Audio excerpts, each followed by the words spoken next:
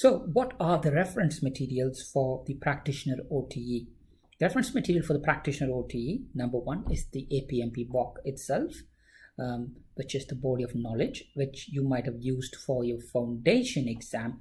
Like your foundation exam, this is also an open book exam, but remember here, it's not a straightforward lift and drop of the best practices. Here you're applying the principles in a given scenario, plus you're also testing whether they applied it in the right way as well. So number one, APMP POC, you can refer it, but it'll be time consuming, so suggest you don't.